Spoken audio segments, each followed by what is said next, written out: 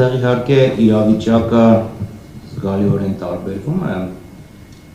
քան իրավիճակից, որ նկարագրեցին իմ գործընկերները, որովհետև այն մարդը, որը որոշում է կայացնում, ունեն հավանականությամբ հանրապետություն մեկ հասցեում նստած չի։ Արտաքին քաղաքական որոշումները կայացնում են Հայաստանից դուրս, շատ հարցերում, շատ որոշումներ կայացում են Հայաստանից դուրս և պարտադրվում են այն մեկին, ով հանրապետության հրապարակի վրա է նստած և այդ մեկը իր իշխանությունը պահելու համար գնում է բոլոր զիջումներին։ Հիշեցնեմ, որ դված քան 24 ժամ առաջ Իրանը հայտարարել էր, որ այն քաղաքականությունը, որը վարում է Նիկոլ Փաշինյանը, իրենց համար ընդունել քաղաքականությունը և իրենք ամեն ինչ պիտի անեն, որպեսզի այդ քաղաքական կուրսը Հայաստանը շարունակի պահել։ Եվ դա օրինակի մոտ ողջամիտ կասկած է առաջացնում, արդյոք այդ կուրսը մշակել է Երևանում, թե Անկարայում։ Եվ հիշեցնեմ, որ Թուրքիայի նման լկտի միջամտությունը առաջի անգամը չէ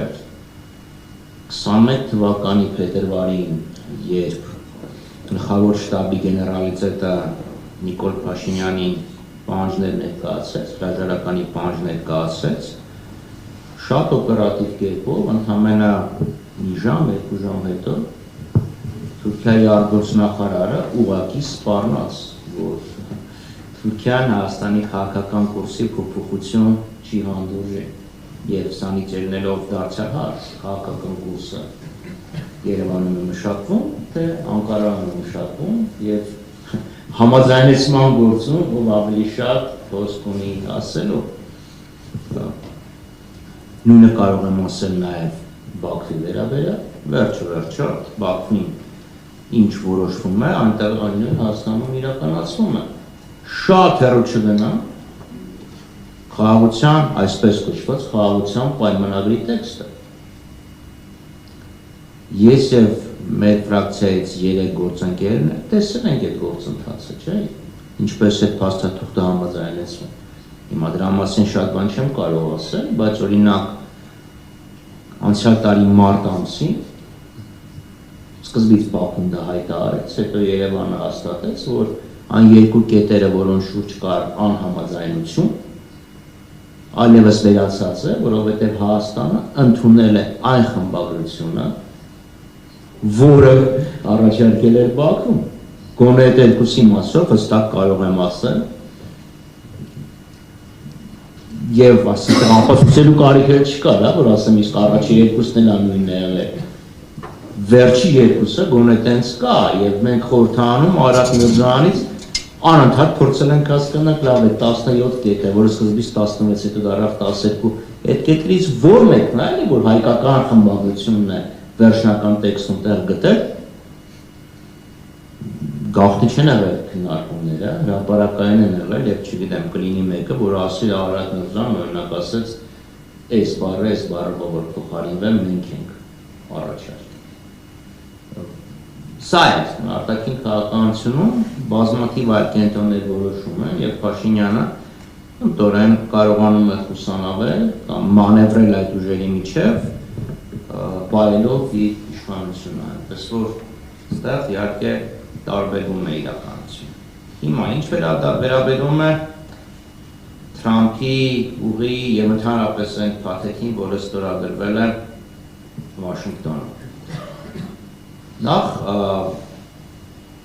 երկու թղթի վրա կենտրոնանամ, այն ինչ որ նախ ստորագրվել է և այն ինչ որ ստորագրվել է։ Մյուս մեմորանդումների Հայաստանում արհեստական բանականության կենտրոն,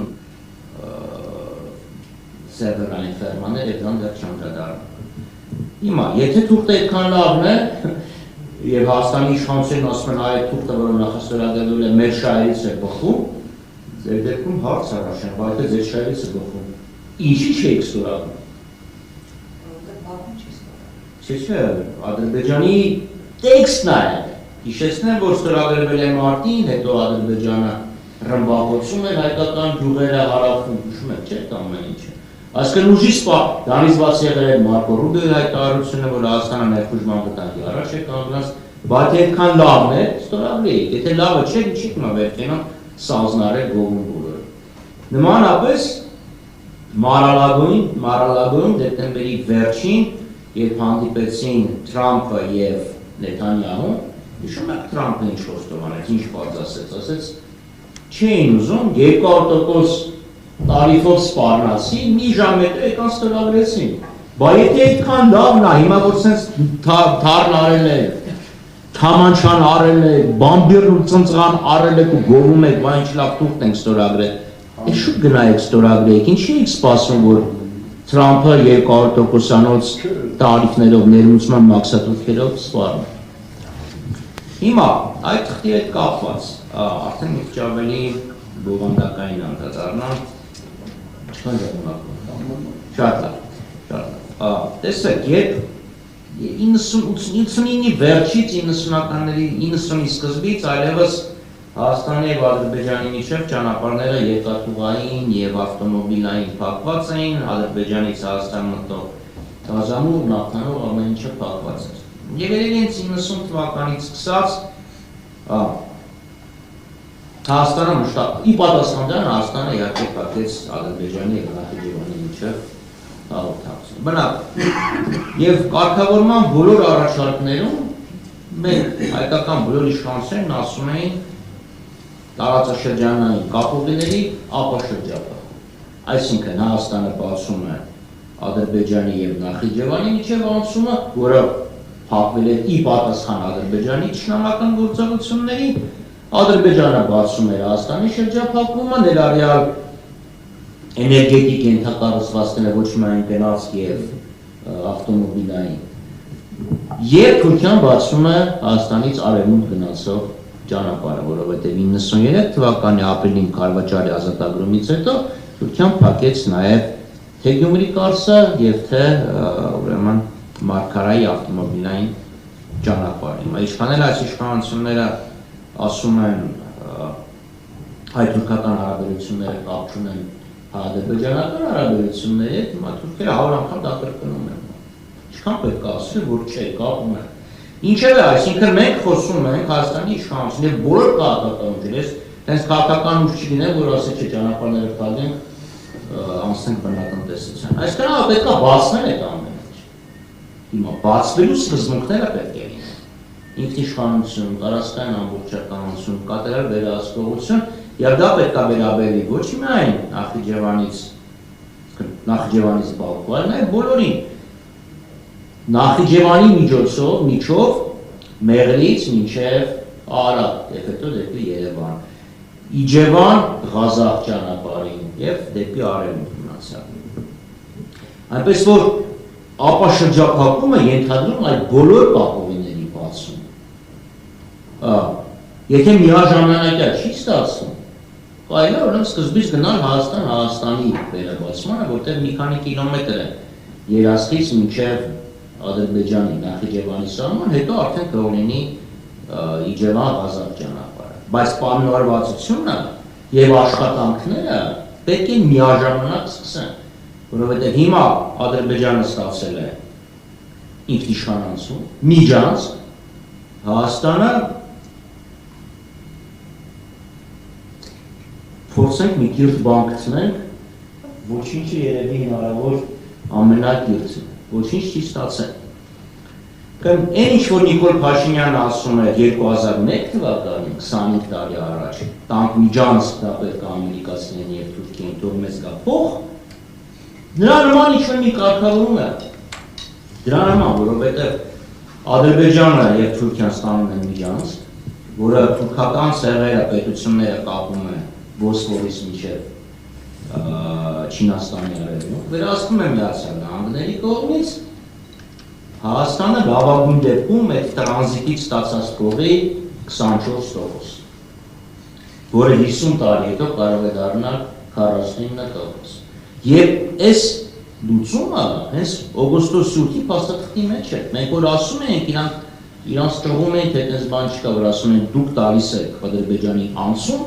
հստակ սահմանված անցում, փոխարենը ստանում էիք ինչ-որ անհասկանալի փոխադարձ առավելություններ, և ասում ենք, այդ փոխադարձ առավելությունը կարող է ընդամենը փողը լինի տրանզիտը։ Դա ինչ-որ կա, Ադրբեջանը ստացավ միջանցք, մենք ստանում ենք սահմանափակ, խիստ սահմանափակ տրանզիտ Ադրբեջանի տարածքով։ Էնել այս պայդրությամբ մենք մենակ ներմուծում ենք, ոչ մի բան չենք արտարում, ընդ որում ներմուծում ենք մի բան, որի կրիտիկական կարիքը մենք չունենք, ասկան, բենզինի հարցը լուծվել էր 30 տարի առաջ, ցորենի հարցը լուծվել էր 30 տարի առաջ։ Սա է իրականությունը։ Ավելին ասեմ, այն թուղթն է, որը ստորագրվել է, այնտեղ եթե պրեամբուլան կարդում եք, ինչա դրացա, որ որևէ իրավական պանջ ոչ Հայաստանի, ոչ Ամերիկայի վրա չի դրվում, այսքան պրոտոկոլային մի հատ թուղթ է, որի թայմինգին ժամանակետին անդրադառնամ, եթե դեմ չեք մի քանի րոպե հետ։ Հիմա, այս ճանապարհի հետ կապված։ Տեսեք, սկզբից խոսում էր ճանապարհ, երկաթուղի, միգուցե նաև ավտոմոբիլ։ Հիմա տեքստը, որ նայում եք, երկաթուղի, ավտոմոբիլ, նավթամուղ, գազամուղ, ինտերնետային կաբել, էլեկտրական հոսանքներ եւ այս անկեղծ ասած շատ զարմանալի է, այսինքն եթե կա Բաքու-Թբիլիսի Կարս երկաթուղին, Բաքու-Թբիլիսի Ջեյհան, լավ, Բաքու-Թբիլիսի Կարսը մի կողմ թողենք, Բաքու-Թբիլիսի Ջեյհան նավթամուղը, Բաքու-Թբիլիսի Էրզրում գազամուղը, այդ ինչ գազամուղ, ում է դա պետք, ինչի համար է արված, հավանաբար Նախիջևանի էներգետիկ կախվածությունը Թուրքիայից կամ Իրանից վերացնելու համար, բայց մենք ինչ ենք ստանում դրա դիմաց։ Հիմա ասում էին ճանապարհ կլինի, երկաթուղի կլինի, բայց մենք միայն երկաթուղի եւ ավտոմոբիլային ճանապարհ չենք տալի, չէ՞։ Բայց նավթամուղ, գազամուղ, էլեկտրական հոսանք, ինտերնետային կաբել, դրա փոխարեն ինչ ենք ստանում։ Այդ որ այդ թրիփը որ կա, ինքը կարող է լինել ապաշրջափակման մեծ ծրագրի մի բաղկացուցիչ մաս։ Իսկ ամբողջականության համար մենք նույնպես պետք է ապաշրջափակենք։ Հիմա եթե այդ ճանապարհը, որով կամ երկաթգիծը, որով պետք է անցնի, ռելսերը լինեն ոսկուց, ճանապարհը լինի ասֆալտի փոխարեն պլատինից, մեր ապաշրջափակման հարցը դա չի լուծում։ Մեր ապաշրջափակման հարցը կլուծվի, եթե բացվի Սադարակ երազք ճանապարհ եւ եթե բացվի Իջևան Ղազախ ճանապարհ, որի մասին խոսք այսօր չկա։ Ես ինքս դեռ հարցրել եմ եւ բյուջետային քննարկումներ աշնանը խորհրդանում, ես հարցրել եմ Խուդացյանին, բյուջեում փող հատկացվել է Սադարակ ներողություն, երազք Նախիջևան սահման, ասելա չէ, Իջևան դեպի սահման բյուջեում փող հատկացվել է, չէ, բայց արի ու տես, որ թրիփի համար արդեն փող հատկացվել է։ Այսինքն անկախ նրանից, թե այդ անցումը լավն նկատեն ֆիզիկական ենթակառուցվածքը լավն է, թե լավը չի, մեր ապաշրջափակման հարցը չի լուծում։ Հիմա գանք միջանցք, թե չմիջանցք, սա է խնդիրն, ասենք նրանից, որ մինչև հայտարարության մասին երբ առաջի անոնսը եղավ, նույն Մարկո Ռուբիոն հստակ միջանցքբարն օգտագործեց։ Հետո հավանաբար խնդրել են ասել ախորպես այդ միջանցքբարը մի ասա, ցածրան մի ասա։ Հա, մի ասա։ Հետո գալիս է ինքնիշխանություն, տարածքային ամբողջականություն եւ այլն։ Այդ որ ես կարդում եմ, հիշում եմ այն պատմությունները, որոնք շրջանառվում էին Սովետի վերջի տարիներին, երբ Օրսևակի անդրելի զանգակատուն իշխանությունները չէին ուզում տպեին, երբ այն ժամանակվա ՑԿ-ի առաջի քարտուղարը կանչեր, ասես ախորպես էլի գոնե մի երկու տեղ Լենին բառը օգտագործել, Լենին, պարտիա, ռևոլյուցիա, պրոլետարիատ, այնպես մի բան գրի, որ թողենք անդրելի զանգակատունը տպագրվի, էլի։ Այսինքն այդ սիրուն բառերը սանք մտցրել են, որպեսզի հայկական կողմը ասելա, որ մենք էլ Երևանում մի բան կարողանանք ասենք, էլի։ Այդ է խնդիրը, որտեղ back office, front office, ինչի, խի, why? Մա եթե ճանապարհը գալիս է, դու ունես թե մաքսային ծառայություն, թե սահմանապատ ծառայություն, էլ ինչ back office, էլ ինչ front office, ինչի։ Ուստեղ մի անգամից գալիս է Ադրբեջանի պահանջ, հիշում եք, չէ՞, հայերի հետ Ադրբեջանը չպետք է շփվի, պետք է հաղորդակցվեն։ Եվ ստեղ նշում են back office, front office, հա կարևորը back office-ն մենք ենք որոշում այն տարբերություն front office-ում ով շփվելու եւ այլն։ Այսինքն այդ թուղթը, որը կա, ինքը մաքուր ադրբեջանական պայմաններին է, պահանջներին է բավարարում։ Եվ կա նաև իհարկե ամերիկյան շահը, որը չեն էլ թաքցնում, եւ ինչի պիտի թաքցնեն, ես էլ Թրամփի տեղ լինեի, նույնն էլ ես կանեի, իրանք ստանում են, վերահսկում են անցումը դեպի կենտրոնական Ասիա, Թուրքիայից։ Նաև հստակ նշված է, որ իրանք ռեսուրսների հասանելիություն ունեն, այնպես որ ես մի անգամ ասել եմ, եւս մի անգամ եմ ասում, Զանգեզուրի պղնձամոլիբդենային կոմբինատը շատ անհասկանալի գործարքի արդյունքում գերմանացիներից անցավ ռուսներին, ես չգիտեմ ինչ կլինի վաղը, Հայաստանում դեռ նշված էր, որ հազվադեպ ներողություն հազվագյուտ մետաղական միներալների մասին կա, Հայաստանում կարծեմ չկան հազվագյուտ միներալներ, բայց կա մոլիբդեն,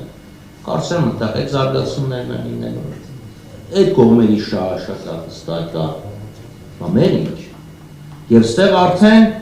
շատ կարծեմ մասին էլ ասեմ, 2020 թվականի նոյեմբերի փաստաթղթի մեջ